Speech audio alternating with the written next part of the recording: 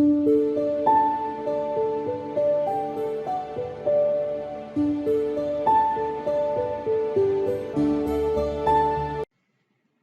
Friend, welcome to pre med को YouTube channel. मैं doctor Abhishek Maurya. इससे पहले जैसे कि हम लोग एनटीए के दो टेस्ट पेपर सॉल्व कर चुके हैं, आज तीसरा फिजिक्स का टेस्ट पेपर सॉल्व करने जा रहे हैं। तो चलिए ध्यान से देखते हैं क्वेश्चंस को। सबसे पहला क्वेश्चन आपके सामने है स्क्रीन पर। At what altitude will be the acceleration due to gravity 25% of that of earth surface. तो हमको बताना है कि जो कितनी हाइट पर जो एक्सेलरेशन ड्यू टू ग्रेविटी है, ठीक है, वो अर्थ सरफेस की 25th हो जाती है। इसका मतलब क्या हुआ कि जो h हाइट पर ग्रेविटी होगी वो अर्थ सरफेस से कितनी हो जाएगी, 25%। इसका मतलब होता है कि 25% ऑफ सरफेस। तो जब हम इसको लिखेंगे तो इसका क्या हो जाएगा, 1/4 ऑफ द अर्थ सरफेस। ठीक है, अब क्या होता है, इसका सिंपल सा जो फॉर्मूला होता है, gravity at height h is equal to gravity at earth surface r upon r plus h का, ये हाइट h है, होल स्क्वायर। ठीक है, अभी हम लोगों ने जो gh निकाला है वो क्या निकाला है, 1/4 of the earth surface and gs r plus h का होल स्क्वायर। ओके, अब देखिए इसको हम सॉल्व करेंगे तो फिर हमारा ये फॉर्मूला बन जाएगा r plus h upon r is equal to 1/2। ठीक है, अब इसको हम फर्दर सॉल्व करते हैं। अब जब हम इसे सॉल्व करेंगे तो ये हमारा फॉर्मूला बन जाएगा r upon r plus h is equal to 1/2। Okay, अब इसे फर्दर सॉल्व करते हैं। 2r is equal to r plus h, so h is equal to r। तो जो हाइट होगी जहां पर हमारा ग्रेविटी, जो फोर्स ऑफ ग्रेविटी है, 1/4 हो जाएगा। कितनी हाइट पर हो जाएगा, रेडियस के बराबर। तो आपका ऑप्शन हो जाता है बी। नेक्स्ट क्वेश्चन पर आते हैं हम लोग।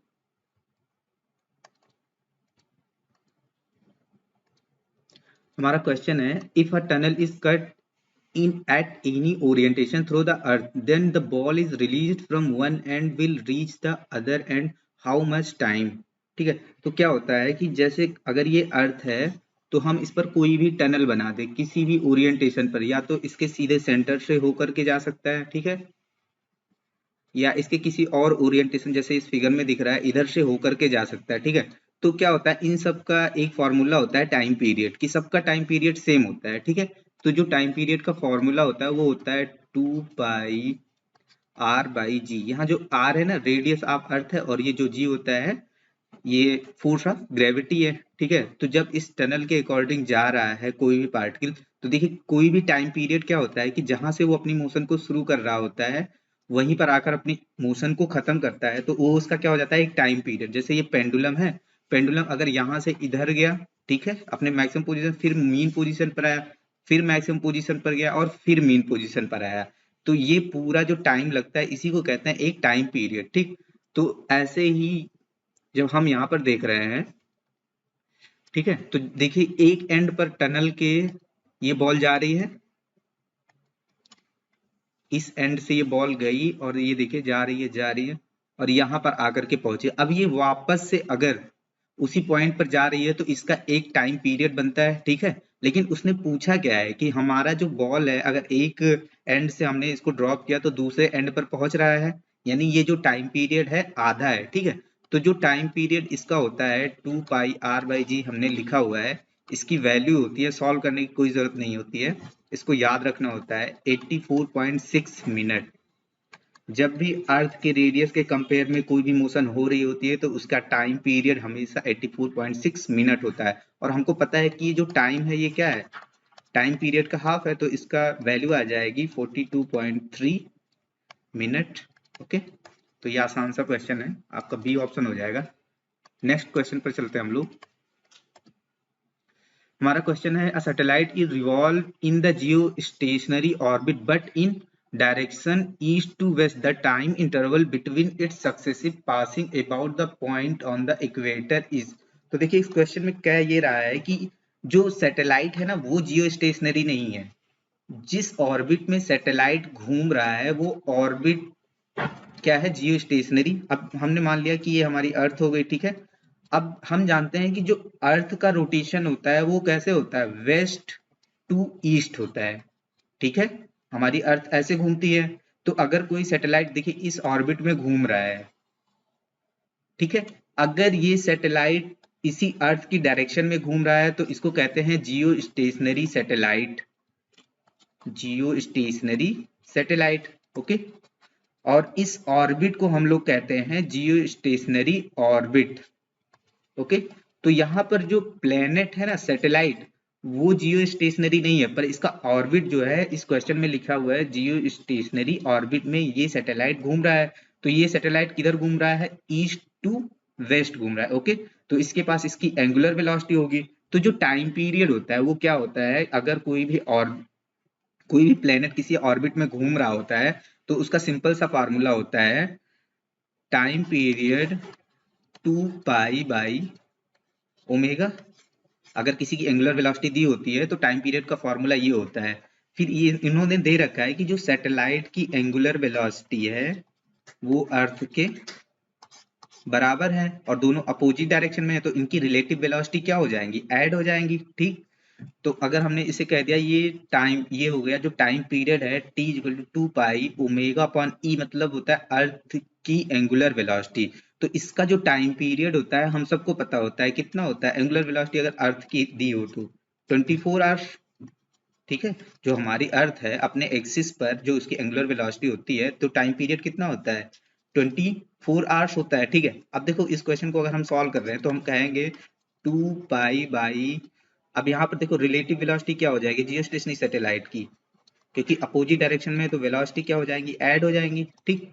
अब यहाँ पर फार्मूला बन जाता है 2π/2 ओमेगा। और देखिए ये वाली वैल्यू, ये 24 आवर्स यहाँ पर दे रखी है और नीचे ये 2 है, तो जब इसको हम सॉल्व करेंगे 24/2 तो कितना आ जाएगा, 12 आवर आ जाएगा, ठीक है, 12 आवर। तो ये हो जाएगा हमारा आंसर।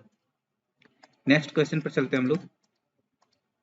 नेक्स्ट क्वेश्चन हमारा है 2 point masses 4m and m respectively separated at a distance d revolving under mutual force of attraction, ratio of their kinetic energy will be।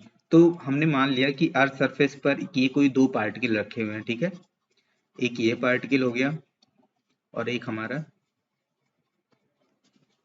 ये पार्टिकल हो गया। अब हमने क्या कह दिया कि इसका मास जो है क्या है, 4m है जो दे रखा है और इसका मास क्या है, m है। अब इन दोनों के बीच की डिस्टेंस दे रखी है हमको, कितना है, d है, ओके।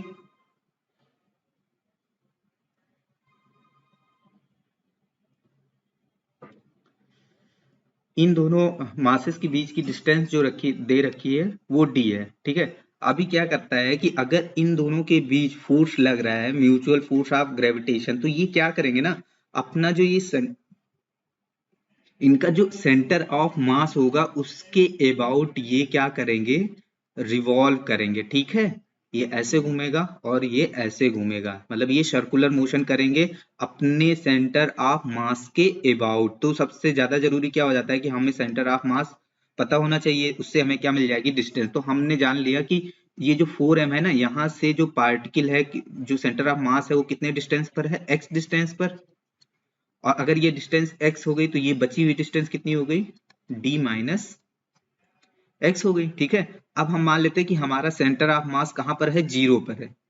तो हमने लिखा कि हमारा XCM सेंटर ऑफ मास का फॉर्मूला होता है m1x1 plus m2x2 upon m1 plus m2।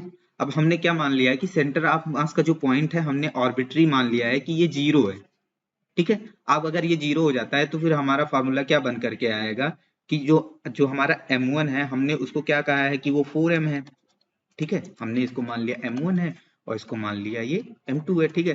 तो हम इसको क्या करेंगे कि हमारा ये हो जाएगा 4m और x1 क्या है, x है, प्लस m2 हमारा m है, ठीक है। और x2 की हमने ये डिस्टेंस मान रखी है d माइनस x। अच्छा ये इधर जाएगा, 0 से क्या करेगा, मल्टीप्लाई करेगा, तो क्या हो जाएगा, 0 हो जाएगा, ठीक है। फिर जब हम इसको सॉल्व करेंगे तो हमारा बन करके आएगा x is equal to D by 5। ठीक है, तो d माइनस एक्स की वैल्यू क्या हो जाएगी 4d/5। ठीक है, इसको सॉल्व करेंगे तो यानी हमको दो डिस्टेंस मिल गई, एक x1 डिस्टेंस मिल गई और एक x2 डिस्टेंस मिल गई।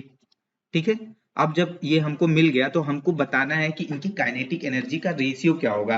और हमको पता है कि अगर ये पार्टिकल देखो सर्कुलर मोशन कर रहे हैं ना, तो इनके पास कौन सी एनर्जी हुई काइनेटिक, तो उसको हम कहेंगे रोटेशनल काइनेटिक एनर्जी। तो उस रोटेशनल काइनेटिक एनर्जी का फार्मूला हम लोग यहाँ पर सॉल्व करते हैं। ठीक है, तो मैंने कहा कि ये काइनेटिक एनर्जी के से काइनेटिक एनर्जी हो गई, ये किस मास के लिए है 4m मास के लिए।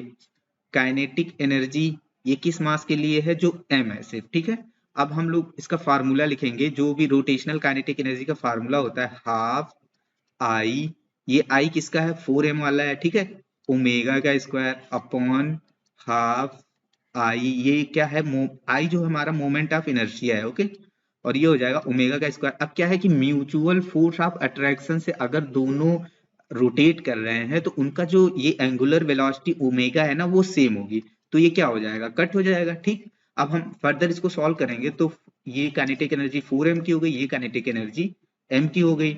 अब देखो इसका जो ये है मोमेंट ऑफ इनर्शिया 4m का। ठीक है, तो जो मोमेंट ऑफ इनर्शिया का फॉर्मूला होता है वो होता है हाफ आई ओमेगा mr का स्क्वायर।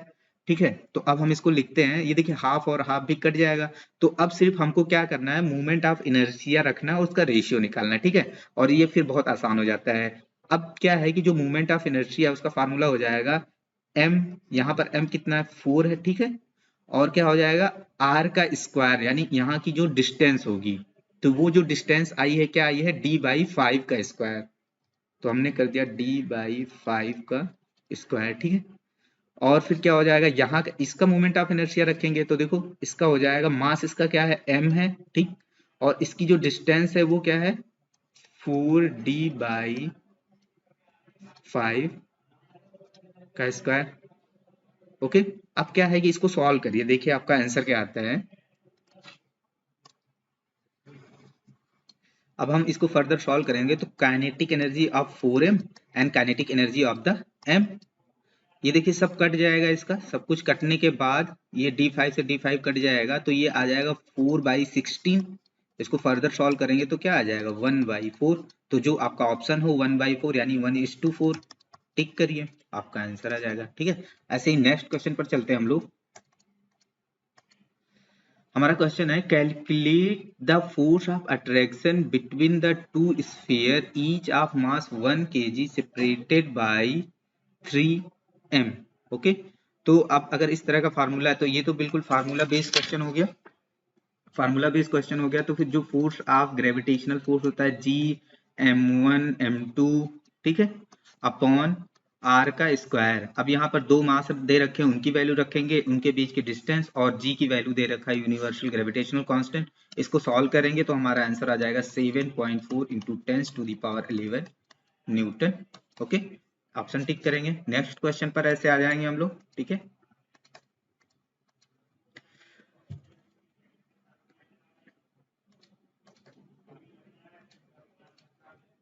हमारा नेक्स्ट क्वेश्चन है two sphere of masses m and capital M are situated in air and the gravitational force between them is F. The space around the mass is now filled with a liquid of specific gravity 3. The gravitational force will now, तो सबसे पहले एकदम सीधे बिल्कुल याद रखिए clear cut कि जो ग्रेविटेशनल फोर्स होता है ना, हम इसको ऐसे लिखते हैं, ग्रेविटेशनल फोर्स Fg क्या होता है independent of the medium, independent of medium. तो इसका जो फार्मूला होता है वो होता है Gm1 m2 अपॉन r का स्क्वायर। ठीक है, ये कभी किसी मीडियम पर जो ग्रेविटेशनल फोर्स होता है डिपेंड नहीं करता, चाहे कोई सा भी मीडियम हम दो ऑब्जेक्ट के बीच में रख दें, ग्रेविटेशनल फोर्स कभी चेंज नहीं होता है। ठीक है, तो उसका फोर्स हमेशा यही बना रहेगा। ये क्वेश्चन अच्छा है, देख लीजिए। Two balls of radius R each are placed at a distance R and release the speed of each ball when they collide. तो ठीक है ना कि मतलब जैसे पहले तो ये दो बॉल रखी हुई हैं इस फिगर में, ध्यान से देख लीजिए। अब क्या है कि इन पर क्या लगेगा, ग्रेविटेशनल फोर्स लगेगा, ठीक है। तो ये एक दूसरे को अपनी तरफ क्या करेंगे, अट्रैक्ट करेंगे, तो मूव भी करेंगे क्योंकि फोर्स लग रहा है। अब अगर मूव करेंगे तो इनको क्या मिल जाएगी, एक वेलोसिटी मिल जाएगी, ठीक है, समझ रहे हैं। तो देखिए इन दोनों के बीच की डिस्टेंस आर दे रखी है, तो इनके पास एक एनर्जी होगी। दो पार्टिकल एक दूसरे से आर डिस्टेंस पर रखे होते हैं तो क्या होता है, उनके पास एक ग्रेविटेशनल पोटेंशियल एनर्जी होती है, ठीक। अब अगर मूव करेंगे तो इनके पास क्या हो जाएगी, काइनेटिक एनर्जी भी हो जाएगी। फिर देखिए मूव करने के बाद अगर एक दूसरे से ये कोलाइड करते हैं, ये पहला सिस्टम बना लिया हमने जो हमारे सामने है।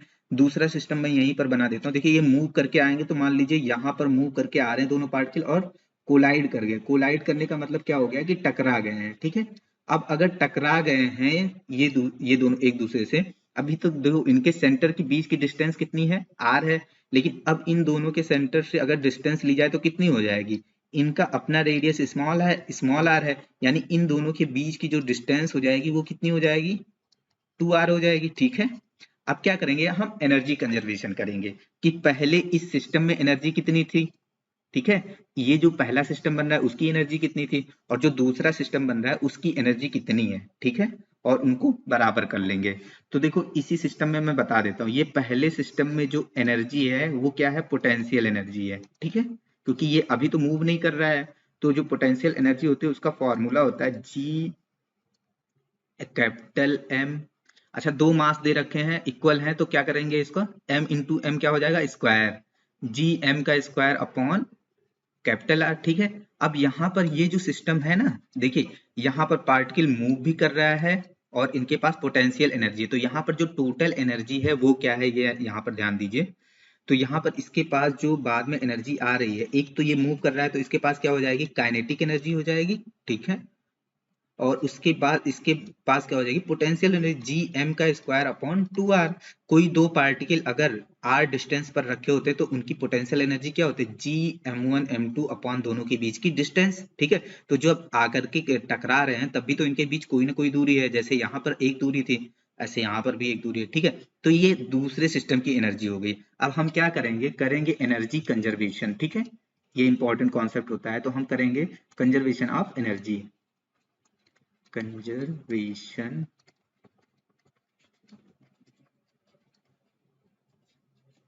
अब कंजर्वेशन ऑफ एनर्जी क्या करेंगे, ई से हो गई energy initial is equal to energy final, यानी पहले पहले वाला सिस्टम कौन सा है, ये है, और फाइनल वाला सिस्टम कौन सा है, ये वाला है, ठीक है। तो पहले जो एनर्जी थी, पहले तो पार्टिकल मूव नहीं कर रहा था तो उसके पास सिर्फ पोटेंशियल एनर्जी थी, तो हमने कहा जी एम का स्क्वायर अपॉन आर, ठीक है। बाद में क्या हो गया कि पार्टिकल मूव कर रहा है तो उसके पास उसकी काइनेटिक एनर्जी भी होगी एम वी का स्क्वायर माइनस जी एम का स्क्वायर अपॉन इनकी पोटेंशियल एनर्जी, ठीक है। अब क्या करेंगे, इस फार्मूले को हम लोग सॉल्व करेंगे। तो सॉल्व करने के बाद जो हमारा फार्मूला आएगा यहाँ पर, डायरेक्टली हम वेलोसिटी लिख देते हैं, सॉल्व करिएगा, minus G M upon R minus 1 upon 2 small R, ठीक है। तो जो ये आपका ऑप्शन दिख रहा है वही आपका आंसर हो जाएगा, ठीक है। तो आपका आंसर हो जाएगा डी। नेक्स्ट क्वेश्चन पर आते हैं हम लोग। ये अच्छा क्वेश्चन है। A mass is uniformly distributed only on the curved surface of hemispherical shell. Hemispherical shell का मतलब होता है कि ये कोई एक सेल है, मतलब खोखला सा एक गोला है, आधा गोला है, ठीक। A and B, C are the 3 points inside as shown in the diagram. Let the gravitational potential at point A, B, C B V A B B V C. तो कह रहे हैं ना कि ये जो स्फेरिकल सेल है, खोखला सा आधा गोला है, इस पर एक पॉइंट ए है, बी है, सी है, ऐसे ही ये क्या है, पेरीफेरी की तरफ जा रहे हैं, ठीक है। तो इसका जो मास होता है कहाँ पर होता है, यहाँ पर होगा, ठीक है। अब क्या है कि अगर इसका कॉन्सेप्ट होता है कि अगर कोई कंप्लीट हेमीस्फेरिकल सेल हो, ठीक है, तो इसके अंदर जो ग्रेविटेशनल इंटेंसिटी होती है, ग्रेविटेशनल फोर्स ऑफ इंटेंसिटी होती है, वो क्या होता है, जीरो होता है, उसको हम IG से लिखते हैं, ठीक है। तो क्या हो गया, जीरो हो गया। कोई सेल है तो उसके अंदर ग्रेविटेशनल फील्ड नहीं होती है, ओके। लेकिन अब अगर हमने इसको आधा कट कर दिया, ठीक है, ये हेमीस्फेरिकल सेल बना दिया इसको हमने, अब क्या है कि देखिए इधर जितनी इंटेंसिटी होता है, ये कैसे जीरो है कि जितनी ग्रेविटेशनल फील्ड ऑफ इंटेंसिटी इधर होती है उतनी ही किधर होती है, इधर होती है। तो नेट मिला करके क्या हो जाता है, जीरो हो जाता है। लेकिन अभी यहाँ पर क्या है कि सिर्फ आधा ही है, यानी इसकी ग्रेविटेशनल फील्ड इंटेंसिटी की डायरेक्शन जो है किधर की तरफ है, इस साइड में। यानी अभी यहाँ पर ग्रेविटेशनल फील्ड इंटेंसिटी जीरो नहीं है। ठीक है, इतना समझ में आ गया। अब दूसरा कॉन्सेप्ट क्या होता है कि जैसे हम लोग इलेक्ट्रोस्टैट में पढ़ते हैं कि इलेक्ट्रिक फील्ड की डायरेक्शन में जाने पर पोटेंशियल घटता है। ठीक है, हम लोगों ने पढ़ा है VA, VB एंड VC। अगर इस तरह से माना जाए तो देखो इलेक्ट्रिक फील्ड की डायरेक्शन में अगर हम जा रहे हैं तो क्या होगा, हमारा पोटेंशियल घटेगा। तो सबसे ज्यादा पोटेंशियल VA का होगा, VB का होगा, फिर VC का होगा। ऐसे ही सेम कॉन्सेप्ट यहाँ पर है। अगर एक पॉइंट ये A है, दूसरा पॉइंट ये B है और तीसरा पॉइंट अगर ये C है, तो ये देखो ये जो ग्रेविटेशनल इंटेंसिटी है उसकी डायरेक्शन में अगर हम जाएंगे तो ग्रेविटेशनल पोटेंशियल जो होगा ना वो घटेगा। यानी सबसे ज्यादा ग्रेविटेशनल पोटेंशियल किसका होगा, हमारा A का होगा, फिर B का होगा, फिर C का होगा। तो ये ऑप्शन जहां आपको दिख रहा हो टिक करिए, आंसर लीजिए अपना। ठीक है, ये अच्छा कॉन्सेप्ट है। नेक्स्ट क्वेश्चन पर आते हैं हम लोग। हमारा क्वेश्चन है a mass of planet is 6 time that of earth, the radius of planet is twice that of earth, if the escape velocity from the earth is v, then the escape velocity from the planet। तो सबसे पहले escape velocity का formula जो अर्थ पर होता है वो हमको याद होना चाहिए। ठीक है, उसको हम लोग कहते हैं VE under root 2gm upon r। ठीक है, ये अर्थ का मास हो गया, ये अर्थ की रेडियस हो गई। ठीक है, नो डाउट।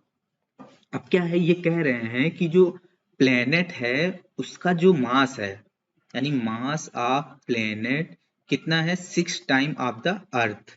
ठीक है, एक वैल्यू ये दे रखी है।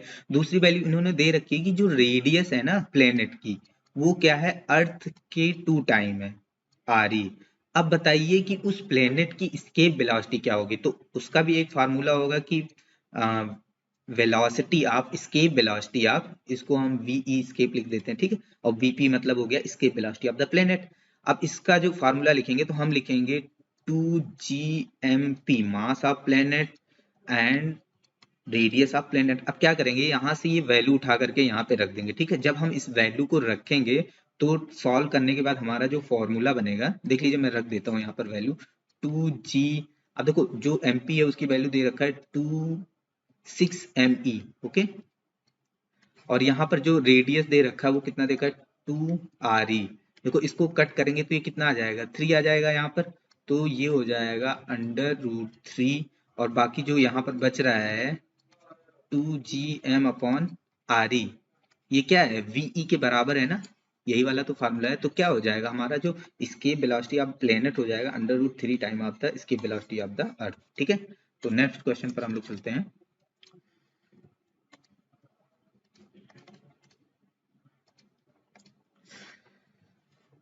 एक क्वेश्चन हमारा ये देख रखा है, two bodies of mass 1 lakh kg and 1000 kg separated by a distance 1 metre, at what distance from the smaller body the intensity of gravitational field will be zero. ये सारे क्वेश्चन बहुत अच्छे होते हैं, इनको एग्जाम में आने की बहुत ज्यादा प्रोबेबिलिटी होती है और कॉन्सेप्ट भी इनके अच्छे होते हैं। तो इसीलिए आप इन सारे कॉन्सेप्ट को यहीं पर पढ़ लीजिए। ठीक है, अब हमने मान लिया कि ये देखिए एक मास है जो M1 है और दूसरा मास जो है M2 है। मैं डायरेक्ट फार्मूला बता रहा हूँ, इससे आपका क्वेश्चन भी सॉल्व हो जाएगा। ठीक है, दो मास दिए हुए हैं M1 और M2। अब क्या है, दोनों के पास ग्रेविटेशनल फील्ड होगा। ठीक है, तो हमने मान लिया कि एक पॉइंट यहाँ पर हमने मान लिया जो स्मॉलर मास है M1। ठीक है, M1 को हमने स्मॉलर मास कहा है। ठीक है, वहां से x डिस्टेंस पर हमने मान लिया ग्रेविटेशनल फील्ड इंटेंसिटी जीरो हो जाती है। अगर इन दोनों के बीच की पूरी डिस्टेंस 1 मीटर है, ठीक है समझ रहे हैं, तो अगर ये x हो गया तो बचा कितना, 1 माइनस एक्स, ये डिस्टेंस बची। ठीक है, अब क्या है कि यहाँ पर आपका कॉन्सेप्ट है कि ग्रेविटेशनल फील्ड इंटेंसिटी जीरो होगी कैसे। तो मान लीजिए यहाँ पर अगर कोई मास रखा हुआ है, ठीक है, तो इसका जो ग्रेविटेशनल फील्ड होगा इसकी तरफ एक फोर्स लगाएगा। ठीक है, एक ग्रेविटेशनल फील्ड जो होगा आई से इंटेंसिटी, ठीक है, ग्रेविटेशनल फील्ड इंटेंसिटी IG इसको अपनी तरफ खींचेगा, और ये वाला जो मास है इसको किधर खींचेगा, अपनी तरफ खींचेगा। तो एक ऐसा पॉइंट जहां पर ये दोनों फील्ड एक दूसरे के बराबर हो जाएंगी, तो वहीं पर जो हमारा फील्ड होगा वो क्या हो जाएगा, जीरो हो जाएगा। ठीक है, क्योंकि जितना फील्ड इधर उतना फील्ड इधर अपोजिट डायरेक्शन में है, इक्वल है, तो नेट फील्ड यहाँ पर क्या हो जाएगी, जीरो हो जाएगी। नेट फील्ड क्या हो जाएगी, यहाँ पर जीरो हो जाएगी। तो बस इसी कॉन्सेप्ट का फायदा उठा करके हमको क्वेश्चन को सॉल्व करना है। और फील्ड का जो फार्मूला होता है वो हमको पता होता है कि क्या होता है। तो अगर हम m1 मास के लिए देखें, फील्ड जो होगा हमारा वो क्या हो जाएगा, जी m1 अपॉन एक्स का स्क्वायर। ठीक है, फील्ड का जो फार्मूला होता है यही तो होता है। और वो कह रहा है कि इक्वल एंड अपोजिट होंगे, तो जी m2 अपॉन 1 माइनस एक्स का स्क्वायर। ओके, अब यहाँ पर हम क्या करते हैं, वैल्यूज रख देते हैं। ये जी कट जाएगा, ठीक है। और जो m1 है वो स्मॉलर मास है, ठीक है। और हमको x वैल्यू फाइंड करनी है। उसने पूछा कि स्मॉलर मास से कितने डिस्टेंस पर फील्ड जीरो होगी।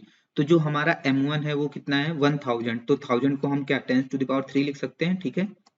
x का स्क्वायर इज इक्वल टू, यहाँ से देखिए g कैंसिल हो जाएगा, और यहाँ पर m2 है 1 लाख, यानी 10⁻5 है 1 माइनस एक्स का होल स्क्वायर। ठीक है, अभी जब हम इसको सॉल्व करेंगे तो यहाँ 10⁻² बचेगा, ठीक है। अब क्या करते हैं हम लोग, इसको हम इधर ले आएंगे, तो 1 minus x upon x whole square is equal to 10⁻²। जब इसको हम सॉल्व करेंगे, इधर फर्दर हम इधर सॉल्व कर लेते हैं, तो ये हो जाएगा हमारा 1 minus x upon x is equal to 10। ठीक है, इसका रूट जब जाएगा तो हमको क्या मिलेगा, 10 मिल जाएगा। अब हम इसको फर्दर सॉल्व करेंगे तो हमारा क्या आ जाएगा, x इज इक्वल टू 1/11। ठीक है, तो यही x की वैल्यू आ जाएगी।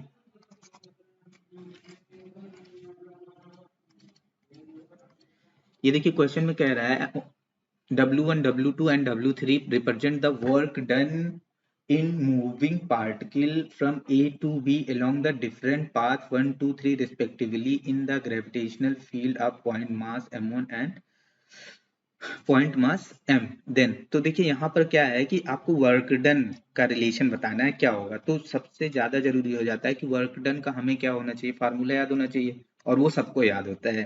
तो जो हमारा फार्मूला होता है, work done is equal to force into displacement. ठीक है, अब यहाँ पर जो फोर्स है वो क्या है, ग्रेविटेशनल फोर्स है, जो कि हमेशा क्या होगा, कांस्टेंट होगा। ठीक है, लेकिन फिर यहाँ पर एक मास, इस मास को यहाँ से यहाँ पर लेकर के जाना है, तो उसका वर्क डन क्या होगा। ठीक है, तो ग्रेविटेशनल फोर्स तो कांस्टेंट है, और डिस्प्लेसमेंट क्या है, सबका सेम है ना। यही डिस्प्लेसमेंट होता है मिनिमम डिस्टेंस दो पार्टिकल के बीच की, तो वो सबके लिए सेम है। चाहे हम इसको ऐसे ले जाएं, चाहे ऐसे ले जाएं, चाहे ऐसे ले जाएं, सबसे कम वाली दूरी कौन सी होगी, यही वाली होगी। तो सबका डिस्प्लेसमेंट क्या होगा, यही होगा। तो इसका मतलब होता है जो वर्क डन होता है, मैं लिख देता हूँ, work done is path independent.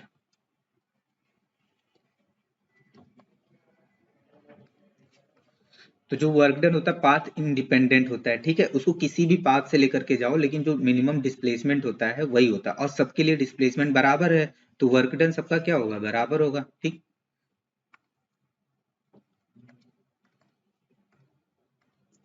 Next question पर हम लोग आते हैं। ये कह रहे हैं a body to escape from the earth angle at which should be fired. तो सबसे पहले क्या होता है ना, अगर इसकी वेलोसिटी हमको चाहिए है, तो सबसे पहले उसका फॉर्मूला याद होना चाहिए, 2gm/r। ये मास होता है किसका, अर्थ का या किसी प्लेनेट का, और ये उस प्लेनेट का रेडियस होता है। ठीक है, अब इसमें कहीं आपको थीटा इन्वॉल्व होते हुए दिख रहा है, नहीं दिख रहा है ना। तो इसका मतलब जो escape वेलोसिटी होती है वो एंगल से इंडिपेंडेंट होती है, एंगल इंडिपेंडेंट।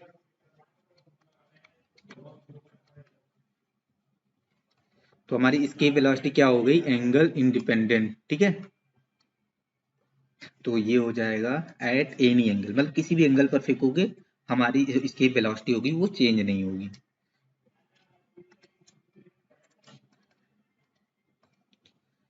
अब नेक्स्ट क्वेश्चन फिर से वही आ जाता है, if moon is escape from the gravitational field of the earth for ever it will require velocity. तो हम सभी जानते हैं किसी भी पार्टिकल को अगर हम अर्थ सरफेस से फेंकते हैं तो उसका जो फार्मूला होता है यही तो होता है GME/RE।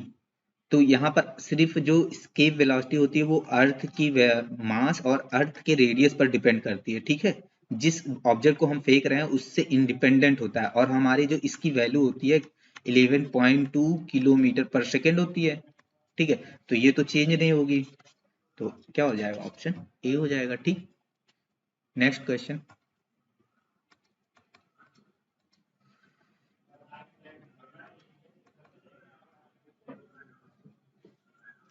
तो हमारा क्वेश्चन है, a body of mass m and radius r fall on earth from a great height. If m is the mass and r is the radius of earth, while radius r is equal to r by 10, then the acceleration of the body when it hits the surface। ठीक है। अब क्या है कि मान लीजिए कि ये अर्थ है, अब कोई बॉडी है, अगर इसको आकर के यहाँ पर हिट कर रही है, ठीक है। अब अगर इसको आप यहाँ पर हिट कर रही है तो फिर इसकी अपनी रेडियस दे रखी है आर, और अर्थ सरफेस की रेडियस क्या होती है, कैपिटल आर, ठीक है। तो इनका जो फॉर्मूला आएगा वो क्या आएगा, ग्रेविटेशनल, जब ये आकर के इससे टकरा रहा है, ठीक है।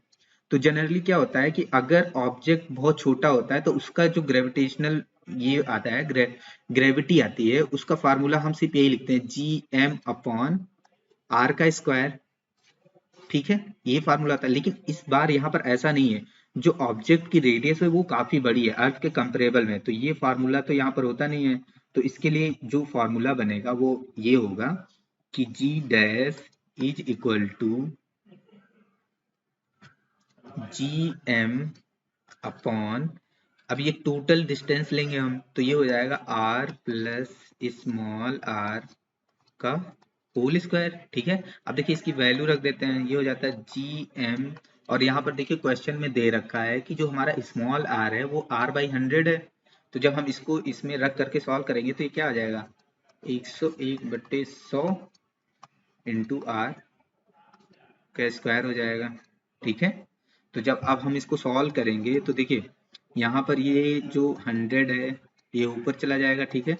और ये 101, और ये देखिए GM/R का स्क्वायर, ये वैल्यू क्या है, G है ना, ये देखिए यहाँ पर मैंने लिख रखी है, तो इसकी वैल्यू हम लिख देंगे G, और अपना आंसर फाइंड कर लेंगे। देखो जब इसको सॉल्व करेंगे तो ये पूरी वैल्यू आ जाएगी 0.98, और ये वैल्यू कितनी आ जाएगी G, तो हमारा आंसर आ गया, ठीक है।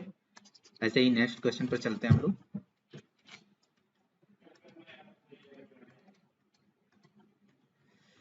ये कह रहे हैं, suddenly the gravitational force of attraction between earth and satellite revolving around become zero, then satellite will be. तो कह रहे हैं कि जैसे मान लो कि कोई भी सैटेलाइट किसी भी अर्थ के अराउंड कैसे घूमता है, हमको पता है। अगर हमने कह दिया ये अर्थ है, ठीक है, तो इस ऑर्बिट में अगर कोई सैटेलाइट घूम रहा है, मान लेते हैं वो मून है, ठीक है, तो वो इसमें जो ग्रेविटेशनल फोर्स लगता है अर्थ के और इस सैटेलाइट के बीच में, वो इसको क्या करता है कि एक एंगुलर वेलोसिटी प्रोवाइड करता है, जिसकी वजह से ये इसमें सर्कुलर मोशन करता है ऑर्बिट में। लेकिन अगर मान लो कि उस टाइम के लिए ये फोर्स जीरो हो गया, ठीक है, अब अगर ये फोर्स जीरो हो गया तो ये पार्टिकल कैसे मूव करेगा, पता है, ऐसे इसी जो ऑर्बिट है इसके टेंजेंशियली ऐसे निकल जाएगा, ठीक है। ये ऑर्बिट ऐसे टेंजेंशियली निकल जाए, अगर इसको समझना है तो ऐसे डेली लाइफ प्रैक्टिस में समझिए। मान लीजिए ये धागा है, इससे आपने कोई,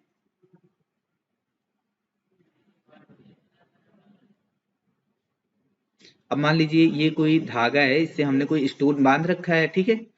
अब जो ये स्टोन है, अब अगर ऐसे घूम रहा है सर्कुलर मोशन में, तो देखिए मैं इसको दिखाता हूँ आप लोगों को कैसे घूमेगा,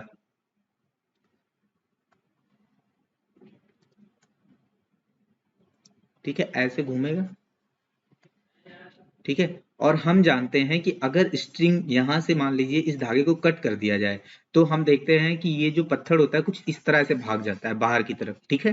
तो ये सैटेलाइट भी अगर यहाँ पर कोई फोर्स होगा नहीं तो कैसे जाएगा, ऐसे चला जाएगा भाग करके। तो जो ऑप्शन होगा हम उसको टिक करेंगे। Move tangentially to the original orbit in the same velocity, ठीक है। तो जो वेलोसिटी इसके पास थी उसी वेलोसिटी से ये दूर भाग जाएगा। नेक्स्ट क्वेश्चन पर आते हैं हम लोग।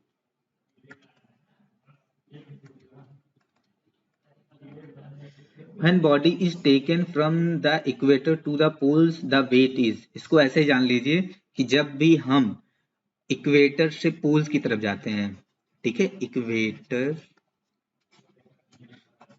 टू पोल्स, तो जो जी की वैल्यू होती है ना, ग्रेविटी जो होती है वो बढ़ती है, तो जो वेट होगा वो भी तो बढ़ेगा, क्योंकि जो वेट होता है हमारा, weight is equal to mg होता है।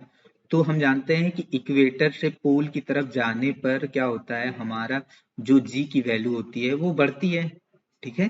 तो हमारा वेट भी क्या करेगा, बढ़ेगा। नेक्स्ट क्वेश्चन है आपका, जियो stationery satellite revolving around the earth to make it escape from gravitational field of earth, its velocity should be increased by। तो हम जानते हैं ना कि अगर कोई भी प्लेनेट या कोई भी सैटेलाइट किसी भी प्लेनेट के अराउंड मूव कर रहा होता है, तो ये इसको क्या कहते हैं, ये ऑर्बिट है, ओके। अगर ये ऑर्बिट है तो इसके पास जो भी सैटेलाइट घूम रहा होगा उसके पास क्या होगी, वीओ, ऑर्बिटल वेलोसिटी होगी, ठीक है। अगर इस सैटेलाइट को ये ऑर्बिट छोड़ करके जाना है, यानी स्केप करना है,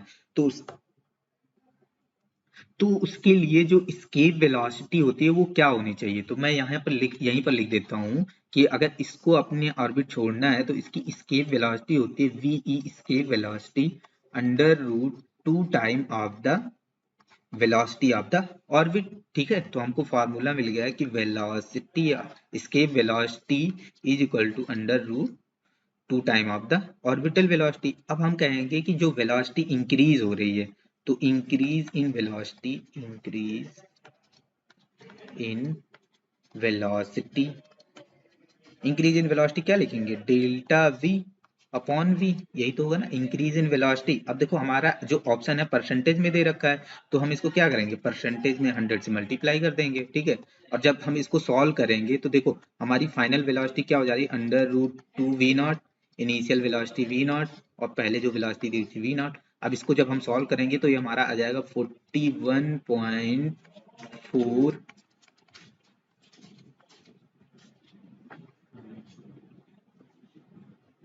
4%, और हम अपना ऑप्शन टिक करेंगे, ठीक है।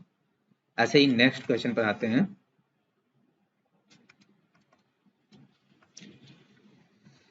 हमारा क्वेश्चन दे रखा है, if the radius of earth were shrink by 1%, keep the mass same, the acceleration due to gravity on the earth surface would be. तो यहाँ पर पता है थोड़ा सा कॉन्सेप्ट होता है, इससे पहले हम लोगों ने एरर एनालिसिस पढ़ रखा है। तो कॉन्सेप्ट ये होता है कि जब भी परसेंटेज का जो चेंज आता है ना, अगर 10% से कम एरर होती है या चेंज होता है, तो उसको हम एरर एनालिसिस से क्वेश्चन को सॉल्व करते हैं। तो करते कैसे हैं कि जैसे हमको किस में निकालना है, एक्सेलरेशन ड्यू टू ग्रेविटी, ठीक है। तो एक्सेलरेशन ड्यू टू ग्रेविटी का जो फॉर्मूला होता है, तो सबसे पहले जो ये टाइम पीरियड होता है 2 pi under root,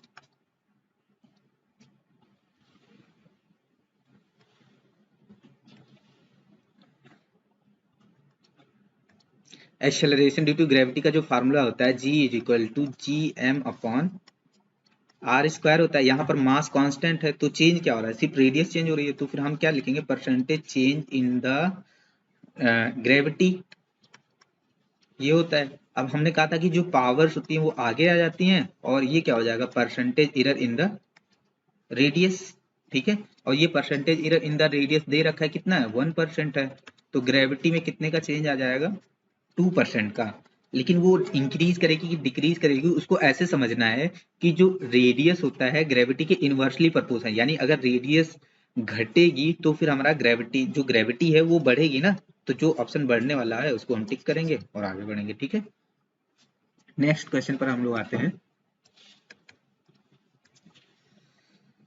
Satellite revolving around the planet has time period t, orbital radius r, the mass of the planet is। तो क्या होता है ना, ये जो क्वेश्चन है क्या है, केपलर्स लॉ का क्वेश्चन है, ठीक है।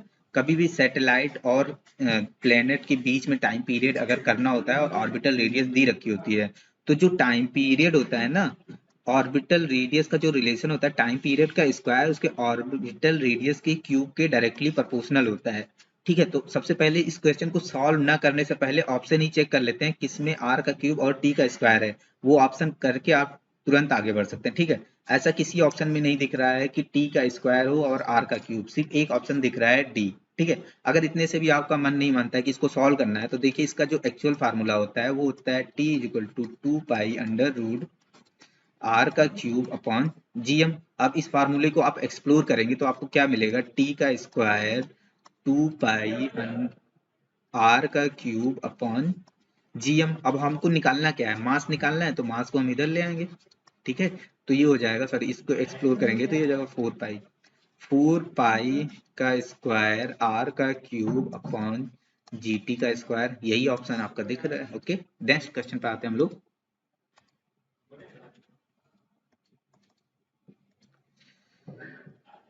हमारा नेक्स्ट क्वेश्चन दिया हुआ है, the moon's radius is 1/4 that of earth radius and mass is 180 time of the अर्थ।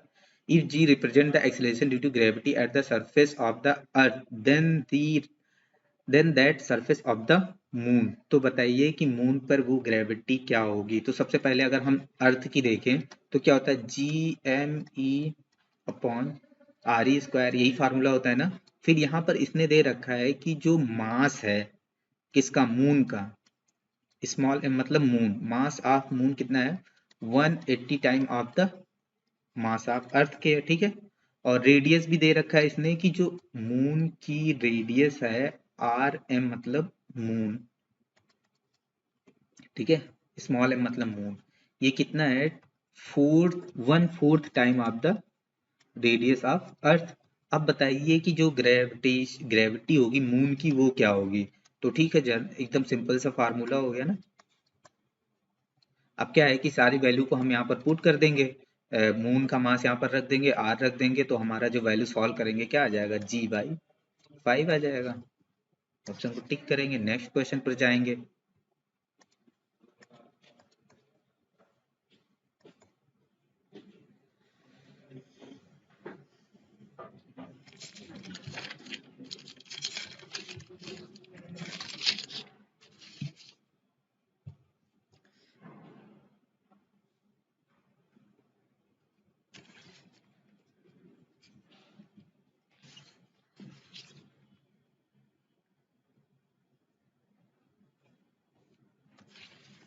ये हमारा क्वेश्चन दे रखा है, speed of planet in the elliptical orbit with semi major axis.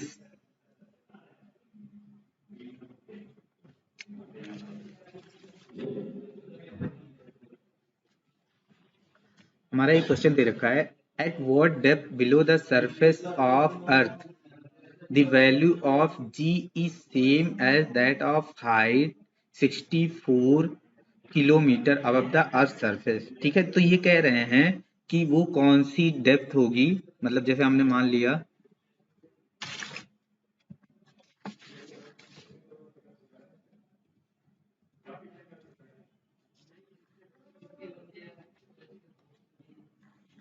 ठीक है, इस क्वेश्चन को सॉल्व करने का तरीका होता है कि ये हमने मान लिया ये हमारा अर्थ हो गया। ठीक है, तो इसके नीचे एक डेप्थ होगी, हमने मान लिया D है, और इसके ऊपर एक हाइट होगी H होगी। ठीक है, तो ये कह रहे हैं अर्थ सरफेस पे वो कौन सी डेप्थ होगी जो कि अगर अर्थ सरफेस के ऊपर H हाइट पर जाएं तो जो ग्रेविटी यहाँ होगी वही ग्रेविटी यहाँ होनी चाहिए। ठीक है, तो इसके लिए सॉल्व नहीं करना है, सिर्फ एक रिलेशन होता है, हमेशा याद रखिएगा कि जो D और H का रिलेशन होता है वो होता है D is equal to 2H। किसके लिए होता है, for when the gravity is equal. ठीक है, तो इसको ऐसे याद कर लीजिएगा। जब भी ऐसा क्वेश्चन बनता है कि एक अर्थ सरफेस के H हाइट पर कोई ग्रेविटी दी हुई है, ठीक है, और उसके D डेप्थ पर ग्रेविटी इक्वल होगी, तो उन दोनों के बीच रिलेशन क्या होगा, तो हमेशा यही फार्मूला याद रखेगा। तो हमको निकालना क्या है, D निकालना है। ठीक है, तो हमारा D क्या आ जाएगा, D is equal to 2 into height क्या दे रखी है 64, इसको सॉल्व करेंगे तो 128 मीटर। ठीक है, तो ये हमारा आंसर ही आ जाए। इसका सीधा सीधा मतलब हो गया कि अगर हम अर्थ सरफेस से 64 मीटर पर जाएं तो यहाँ पर कोई ग्रेविटी चेंज हो जाएगी, ठीक है, लेकिन उतनी ही ग्रेविटी के लिए हमको कितना आना पड़ेगा, 128 मीटर अर्थ के नीचे अंदर आना पड़ेगा, तब उतनी ग्रेविटी का चेंज आएगा। Simple means. Okay, next question पर आते हैं हम लोग। ये हमारा क्वेश्चन है, speed of a planet in elliptical orbit with semi major axis about the sun of mass m at a distance r from the sun. तो क्या होता है कि हम मान लेते हैं कि ये हमारा क्या है, ठीक है, ये हमारा सन है। अब क्या होता है, जितने भी प्लेनेट होते हैं सन के अराउंड क्या करते हैं, एलिप्टिकल ऑर्बिट में क्या करते हैं, घूमते हैं। हमने मान लिया ये इलेप्टिकल ऑर्बिट जिसमें प्लेनेट हमारा खुद अर्थ जो है ऐसे घूमता है, तो ये इसका हो जाता है सेमी मेजर एक्सिस और ये क्या हो जाता है, सेमी माइनर एक्सिस। ठीक है, अब मान लेते हैं कि सेमी मेजर एक्सिस पर हमारा प्लेनेट यहाँ कहीं है, ठीक है, अर्थ, और सन से उसकी डिस्टेंस कितनी दे रखी है, आर दे रखा है। तो देखो क्या होता है, जब भी कोई इलिप्टिकल ऑर्बिट में कोई प्लेनेट यहाँ पर होता है तो उसके पास जो एनर्जी होती है ना, टोटल एनर्जी, तो वहां पर मैं यहाँ पर लिख देता हूँ, सब कुछ मेंशन कर देता हूँ, लेकिन उससे पहले यहाँ पर अगर ये इलिप्टिकल ऑर्बिट में घूम रहा है तो इसके पास क्या होगी, एक वेलोसिटी भी होगी, ठीक है, ये इससे आर डिस्टेंस पर है तो इसके पास क्या होगी, एक अपनी पोटेंशियल एनर्जी भी होगी, ठीक है। अब हम यहाँ पर एक लिखते हैं जानकारी वाली बात कि total energy in elliptical orbit, ठीक है, total energy in elliptical orbit, ये ध्यान रखिएगा, ये होती है माइनस, तो इसकी जो एनर्जी टोटल होती है वो एनर्जी होती है G M small M by 2a।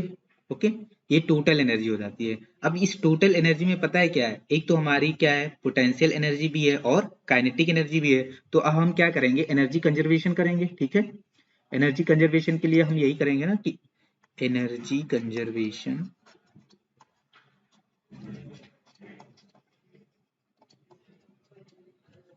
कि तो एक तो काइनेटिक एनर्जी होगी, ठीक है, ऑर्बिट में ये मूव कर रहा है v वेलोसिटी से,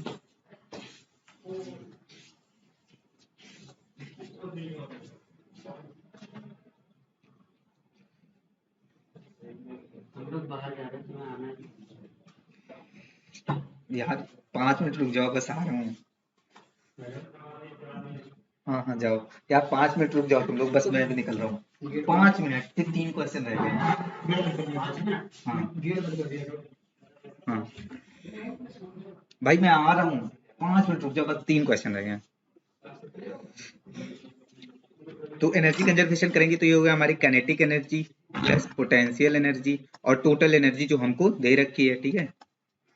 तो टोटल एनर्जी जब ये सारी वैल्यू हम पुट करेंगे तो देखिए, सबसे पहले काइनेटिक एनर्जी क्या होती है, हमेशा पॉजिटिव में होती है काइनेटिक एनर्जी, ठीक है। अब ये जो पोटेंशियल एनर्जी होती है वो निगेटिव में होती है, तो ये हो जाएगा हमारा G capital M small M upon R, क्योंकि ये आर डिस्टेंस पर है, और जो ये हमारी टोटल एनर्जी दे रखी है, ये दे रखी है minus G capital M small M upon 2a। अब क्या करेंगे, इसको हम इधर लेकर के आएंगे और जब इसको सॉल्व करेंगे तो हमारा जो v आएगा, इसको हम यहाँ पर लिख लेते हैं, ठीक है, यहाँ पर सॉल्व कर रहा हूँ दूसरा पार्ट में।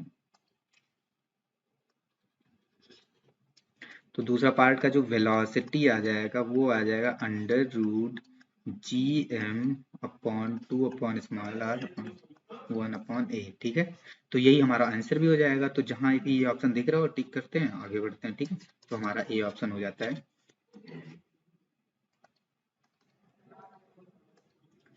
हमारा नेक्स्ट क्वेश्चन है, कह रहे a body is taken from height to a height N R from the surface of earth, the ratio of the acceleration due to gravity on the earth surface to the that of given altitude, ठीक है। अब मान लेते हैं कि ये हमारा earth surface है, हमने यहाँ से कोई पार्टिकल लिया और इसको ऊपर ले जा रहे हैं, ठीक है, इतना ऊपर ले गए कि ये इसकी रेडियस अर्थ की जो होती है, ठीक है, अर्थ की जो रेडियस होती है वो क्या होती है, आर होती है। अब हम इसको इतनी हाइट पर ले गए कि वो किसके बराबर होगी, एन आर। ठीक है, N time of the radius के बराबर, इतनी हाइट पर हम इसको लेकर के गए। तो कह रहा है कि आप बताइए कि क्या रेशियो होगा इसका, किसका रेशियो, की gravitational gravity eight H height is equal to gravity at earth surface is equal to r upon r plus h। हमको पता है कि जो हमारा h है वो क्या है, N R, h is equal to N into R. ठीक है, तो जहां h है वहां हम ये वैल्यू पुट कर सकते हैं, और ठीक है ये पूरा क्या होता है, स्क्वायर में होता है। तो हमको चाहिए है G S upon G H. तो जब हम इसको एक्सप्लोर करेंगे फार्मूले को, G S upon G H, तो ये हो जाएगा R plus H upon R का होल स्क्वायर। अब यहाँ पर हम देखिए एच की वैल्यू रखेंगे और सॉल्व करेंगे, तो ये हो जाएगा 1 प्लस एन का whole square G S upon G H. यही तो रेशियो पूछ रहा है कि आप सरफेस का बताइए, एस से सरफेस हो गया और एच से क्या हो गया, हाइट। ठीक है, तो आपका ये ऑप्शन करेक्ट हो जाता है। ठीक है, ऐसे नेक्स्ट क्वेश्चन पर चलते हैं हम लोग।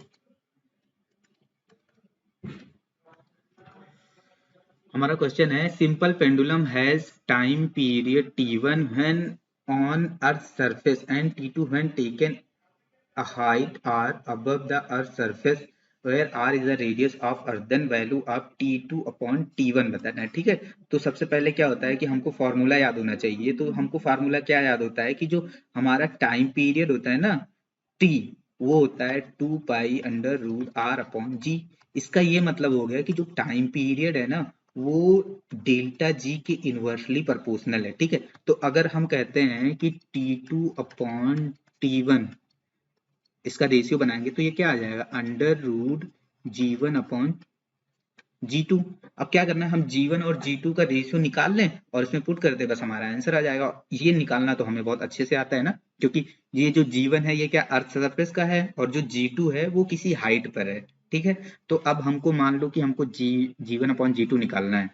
तो फॉर्मूला क्या होता है, G H is equal to G surface R upon R plus H. ठीक है, और यहाँ पर एच हमको दे रखा है taken to a height R, यानी इसका ये मतलब हुआ टेकन टू द हाइट कि एक पार्टिकल को हम अर्थ सरफेस से कितनी ऊंचाई पर ले जा रहे हैं, आर के बराबर। ठीक है, तो यानी अगर जहां भी हमको जरूरत पड़ेगी तो हम वहां पर h इक्वल टू आर रख सकते हैं, तो यहाँ पर h की वैल्यू रख देंगे r। ठीक है, और इसका स्क्वायर कर देंगे। ठीक है, अब देखो हमको चाहिए क्या है कि जो हमारा gh है इसी को हम h2 कह रहे हैं और जो gs है उसको क्या कह रहे हैं, h1 कह रहे हैं।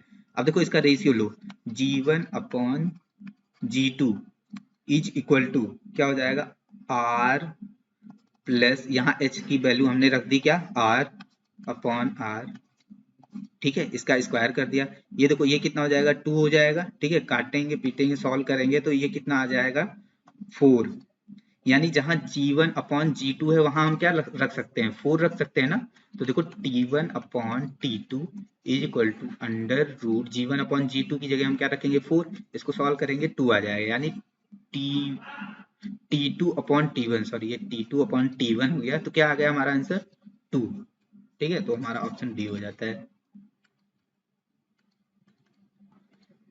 नेक्स्ट क्वेश्चन पर हम लोग आते हैं। अभी ये क्वेश्चन दे रखा है, बहुत सिंपल सा है कि एक एस्ट्रोनॉट एम मास का है working on a satellite orbiting on a earth distance h from the earth surface, the radius of the earth is r while its mass is m, the gravitational pull on the surface of the astronaut। देखो करना कुछ नहीं था, ये हमारा अर्थ हो गया, astronaut कहाँ होगा, कहीं सैटेलाइट में होगा ना, किसी ऑर्बिट में घूम रहा होगा। तो वो अर्थ सरफेस से कितने हाइट पर है, h हाइट पर है, और इसके पास इसकी खुद की रेडियस कितनी है, r है, यानी अर्थ के सेंटर से इसकी टोटल डिस्टेंस क्या हो जाएगी, r प्लस h हो जाएगी। और यहाँ पर इस पर कितना फोर्स लग रहा होगा वही हमको निकालना है। तो फोर्स का फार्मूला यही तो होता है ना, F is equal to G m1 m2 upon दोनों के बीच की डिस्टेंस का स्क्वायर। ठीक है, दोनों के बीच की डिस्टेंस कितना, r प्लस h है, तो हमने यहाँ पर रख दिया F इज इक्वल टू जी। अब यहाँ पर अलग अलग मास दे रखे हैं, कैपिटल एम स्मॉल एम, और ये हो गया r प्लस h का होल स्क्वायर। ठीक है, तो जहां ये फार्मूला दिख रहा हो वहां कर दीजिए, आपका आंसर आ जाएगा। नेक्स्ट क्वेश्चन पर आते हैं हम लोग। तो आज के लिए बस इतना ही इस टेस्ट में। मिलते हैं जैसे ही नेक्स्ट वीडियो अपलोड होगा, मैं आप लोगों के लिए वीडियो लेकर के इस चैनल के माध्यम से आ जाऊंगा। तो इस क्वेश्चन को सॉल्व करने के लिए आप हमारे चैनल के माध्यम से जुड़े रहिए और ऐसे अच्छे अच्छे क्वेश्चंस को करते रहिए। अपने कॉन्सेप्ट भी, फार्मूला भी, सब कुछ याद करते रहिए। और अगर आपको मेरा वीडियो पसंद आए तो इसे प्लीज लाइक एंड शेयर कीजिए। Thanks for